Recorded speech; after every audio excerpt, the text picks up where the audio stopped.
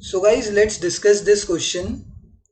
Question is, when there is perfect correlation, that means, इसका मतलब क्या है? Perfect correlation का मतलब क्या है?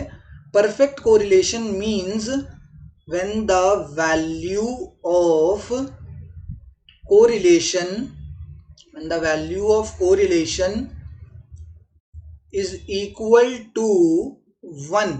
जब कोरिलेशन की वैल्यू कितनी निकल के आएगी? 1 निकल कर आएगी, उसको हम परफेक्ट कोरिलेशन बोलेंगे.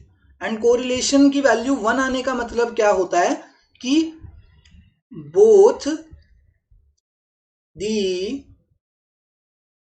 वेरिएबल्स हैव द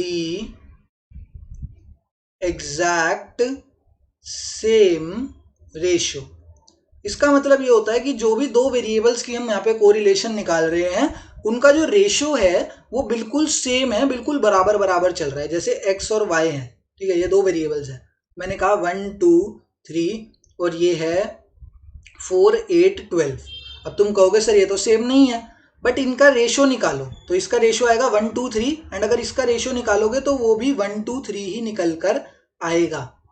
तो जब दो वेरिएबल्स के बीच में एग्जैक्ट सेम रेशियो होता है तो उनका कोरिलेशन का वैल्यू 1 निकल कर आता है. एंड उस जब कोरिलेशन का वैल्यू 1 निकल कर आता है तो हम उसको परफेक्ट कोरिलेशन भी बोलते हैं या लीनियर कोरिलेशन भी बोलते हैं. इसका दूसरा नाम क्या होता है? इसको लीनियर कोरिलेशन भी बोलते हैं और परफेक्ट कोरिलेशन भी बोलते हैं. ठीक है, जब वैल्यू कितनी निकल के आती है? 1. ठीक है, इसको काट के देख लो ना. 4 8 12 है. 4 1 जा 4 2 जा 8, 4 3 जा 12, 1 2 3.